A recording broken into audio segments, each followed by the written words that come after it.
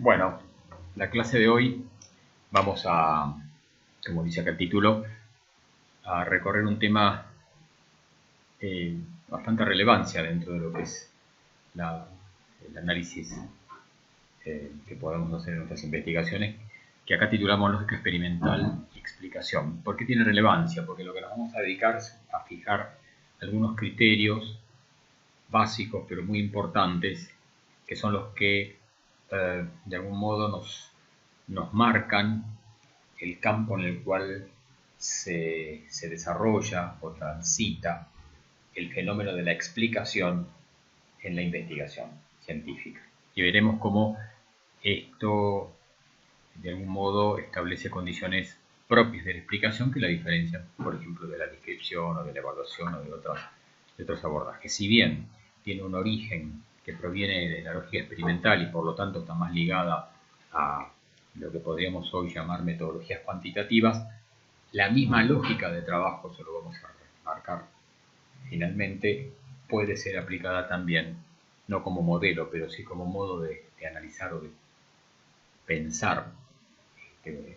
Una investigación también se puede aplicar en la investigación cualitativa.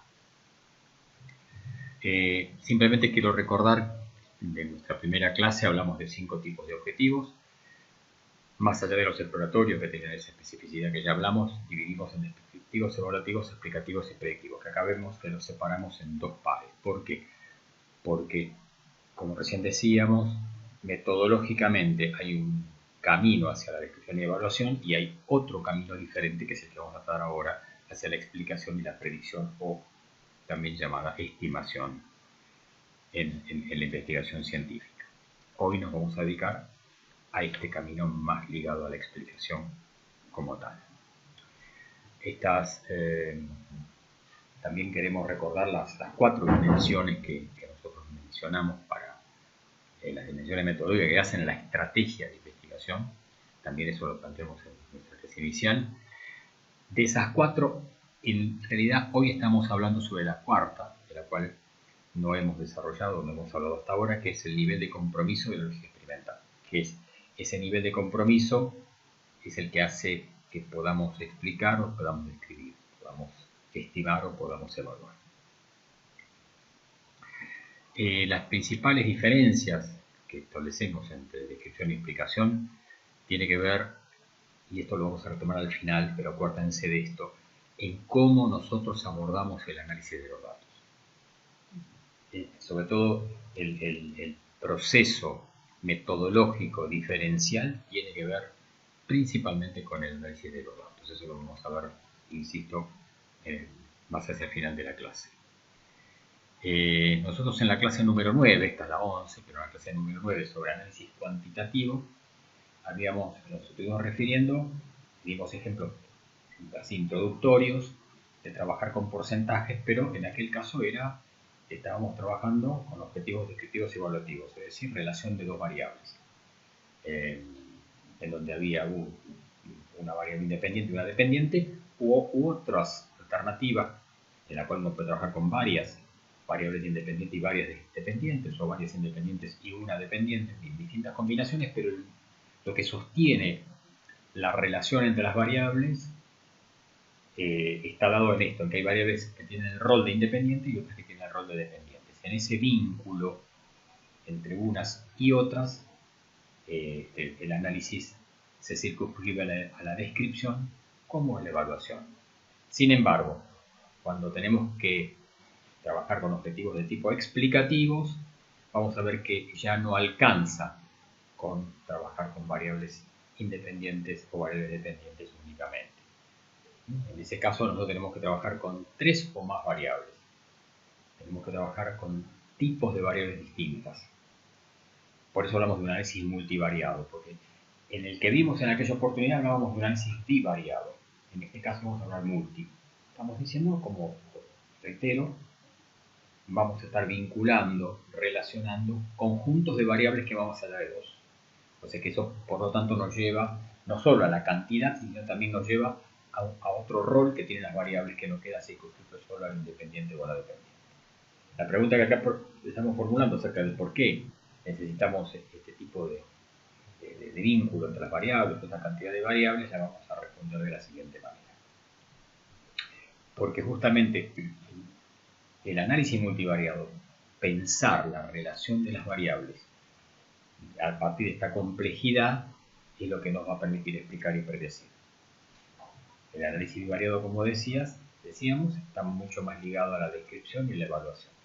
Fíjense cómo, vuelvo a lo que señalamos al comienzo, esta diferencia importante entre explicar y describir, que tiene que ver con cuestiones metodológicas que ya nos vamos a introducir enseguida, se dirime principalmente, en el caso de las ciencias sociales, en el campo del análisis. La pregunta es ¿por qué todo esto? ¿Por qué ese análisis multivariado permite explicar? Bueno, en primer lugar, porque el análisis multivariado del cual vamos a hablar reproduce la lógica de la investigación experimental, que es el diseño explicativo clásico y sobre el cual nos vamos a basar para entender cómo es todo este procedimiento. Hay tres condiciones que deben cumplir la relación entre las variables para poder explicar. Antes de la primera quiero hacer un pequeño recordatorio. Siempre recuerden que el rol de las variables dependientes está muy ligada al estudio del fenómeno que estamos trabajando. Está muy ligado al objeto de estudio del cual estamos trabajando. ¿Qué quiere decir? Por ejemplo, cuando estamos describiendo, nosotros describimos variables dependientes.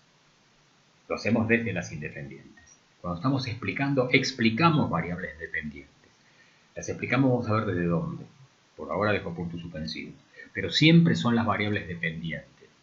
Las variables que forman parte de nuestro problema, forman parte de nuestro fenómeno de estudio, forman parte de nuestro objeto de estudio. Sobre ellas estamos nosotros aportando conocimiento. Que lo hagamos en relación con otras, por supuesto, pero sobre ellas. Esto es una cuestión básica, pero muy importante. En la explicación pasa lo mismo. Entonces, la primera condición es la covariación. ¿Qué quiere decir esto? Que para que nosotros podamos explicar, tenemos que encontrar que las variables dependientes deben tener algún tipo de covariación con las variables independientes. Sobre esto ya hablamos en la clase 9 de la covariación, que inclusive la adquirimos entre asociación y correlación, no lo voy a volver a repetir. Es una condición común a cualquier tipo de objetivo. A cualquiera. De los 4 tipos de objetivos que vimos, siempre hay covariación. Por lo tanto, la explicación comienza desde ahí. Comienza desde ese modelo básico en donde pensamos, hipotetizamos, conjeturamos acerca de la relación que hay entre variables independientes y variables dependientes. Si nos quedáramos ahí, estamos en la descripción, es decir, estamos en lo que ya vimos en la clase número 9. Vamos a ver ahora que aparece una segunda condición que es fundamental para la explicación. Fundamental y que constituye el tercer grupo de variables propio y específico de la explicación, que son las variables de control. O sea, además de las variables independientes y dependientes, tenemos variables de control, que son variables que pueden estar interviniendo en la relación que nosotros pudimos ver en el paso primero, cuando estábamos estudiando la covariación.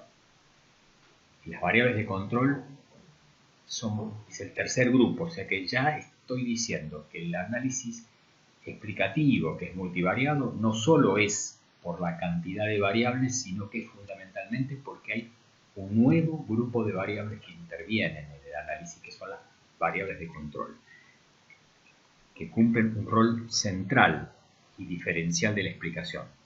Son variables que, como todas, son conceptos, por lo tanto, son derivadas del marco conceptual. Son de una determinación absoluta y exclusivamente teórica. Las variables a controlar formarán parte de lo que llamamos ahora hipótesis alternativa.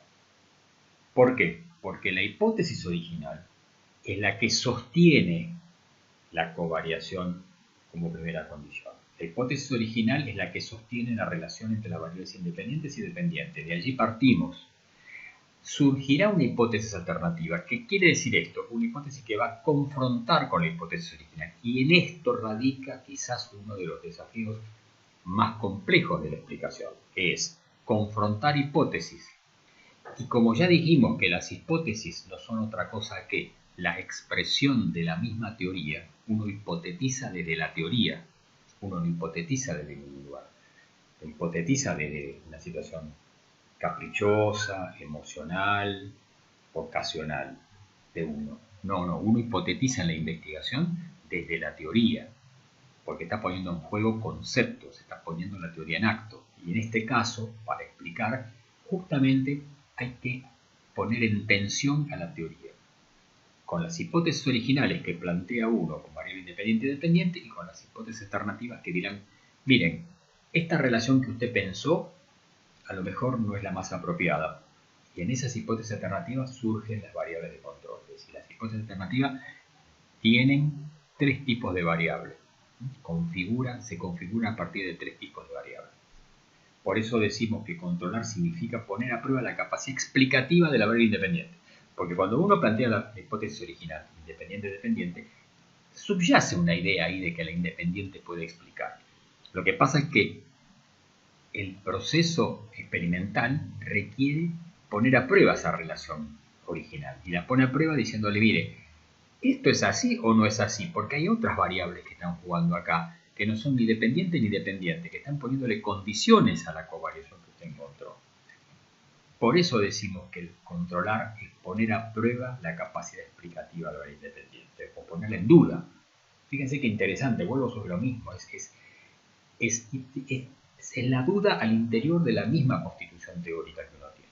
Por eso también yo dije que esto no solamente puede aplicarse en el campo cuantitativo, es un modo de pensar que también lo podemos aplicar en las metodologías cualitativas.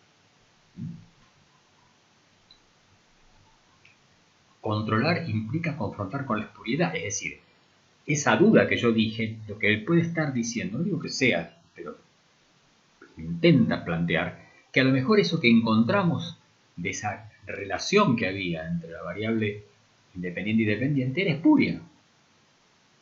Por eso decimos aquí que aquello que aparece, que es observable, pero que en realidad, que es lo que uno observa en la covariación, en la relación original, en realidad puede estar invisibilizando el hecho verdadero. Por eso señalamos enfáticamente que controlar, pensar hipótesis alternativas, es contributivo a hacer visible lo invisible.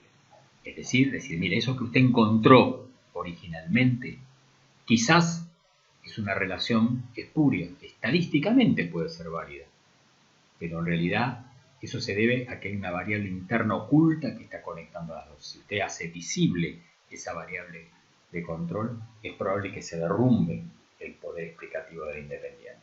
Es probable, no quiere decir que ocurra, pero por eso hablamos de hipótesis, de confrontación de hipótesis. Decimos entonces que en esta instancia la investigación explicativa se pone en evidencia que las decisiones metodológicas no están divorciadas de la teoría, por todo lo que ya dijimos, por el rol que juegan las hipótesis. Por eso decimos que disociar esto implica trabajar o tratar el recurso metodológico, como decía Bourdieu, tratarlo como si fuera un artefacto, desconectado totalmente de la teoría que lo sostiene. La tercera condición es la secuencia temporal, que es la tercera y última entre las variables. Siempre la independiente es anterior a la dependiente, eso no lo sabemos, es casi obvio. Sin embargo, la variable de control no es tan obvia. Que puede ocurrir dos cosas pueden pasarle a la variable de control desde el punto de vista temporal. Que sea anterior a las dos variables o que esté entre la independiente y la dependiente temporalmente. Esto es lo que le lleva a tener dos roles distintos a su vez. Si es anterior a ambas, decimos que la variable de control es antecedente en el tiempo. Y si no, decimos que es interviniente. Cuando es antecedente, en ese caso, si es que la variable de control tiene un poder explicativo, se ha organizado una cadena causal donde la independiente y la de control explican la dependiente. Pero si es interviniente, es decir, si es posterior a la independiente y anterior a la dependiente, y descubrimos que tiene una relevancia muy importante, en ese caso la variable de control anula la posibilidad explicativa del independiente y se constituye ya únicamente como variable explicativa. Sobre esto vamos a ver enseguida ejemplos y los vamos a aclarar un poco mejor. Acá estoy haciendo la presentación de carácter conceptual para ver la complejidad que esto tiene. El análisis multivariado, como decía yo, se ejecuta en forma analítica. ¿Sí? ¿Por qué señalamos esto? Porque el diseño experimental clásico que proviene de las ciencias duras, de la física, de la biología, de la química, el control se ejecuta empíricamente. Un investigador, un biólogo, un físico manipula las variables de control. Pero nosotros no las manipulamos, nosotros solamente podemos hacer un control ya analíticamente. Volviendo a nuestro lenguaje, en las ciencias duras la posibilidad de controlar se da en la producción de los datos. En el caso de las ciencias sociales, salvo algunos casos excepcionales que no voy a detener acá, pero mayoritariamente la idea del control se puede ejecutar en forma analítica. Por lo tanto, acá surgen 3 tipos de diseños. Es otro modo de clasificar los diseños, complementario a todo lo que venimos viendo. En diseños no experimentales, cuasi experimentales y experimentales. Los no experimentales son aquellos en donde nosotros nos interesa solamente ver la covariación. Coinciden con los objetivos descriptivos y evaluativos. Los otros 2 coinciden con los explicativos y los predictivos. ¿Qué diferencia hay uno y otro? En que los diseños cuasi experimentales son más propios de las ciencias sociales. Son aquellos en donde nosotros no podemos manipular variables en la realidad, así que lo hacemos desde el punto de vista del análisis. Y los experimentales son donde sí se pueden manipular, que son más propios de las ciencias duras. Para terminar, traigo esta frase de Campbell Stein, de un hermoso libro muy útil sobre diseños experimentales y cuasi experimentales de investigación social, que lo recomendamos como libro de consulta, donde hay diferentes tipos de modelos para hacer experimentos o cuasi experimentos en el campo de la investigación social. Campbell y Stanley fueron investigadores que trabajaron en el campo de las ciencias de la educación y produjeron este libro que es muy interesante. Y ellos dicen esta frase que me parece interesante, que las pruebas que realizamos hoy, si llegan a tener éxito, exigirán repetición y validaciones cruzadas en otros momentos y en otras condiciones antes de convertirse en adquisición estable para el acervo científico y ser susceptible de segura interpretación teórica. Esto traducido más simplemente es: lo que encontremos a partir de la covariación está bien para describir, pero eso no quiere decir que la variable independiente tiene estatus explicativo. Para nada, tenemos que hacer validaciones cruzadas, es decir, trabajar con esta lógica más del control, repetirlo y buscar y tener hipótesis alternativas y opuestas a las originales para poder sostener que esas variables independientes tienen carácter explicativo.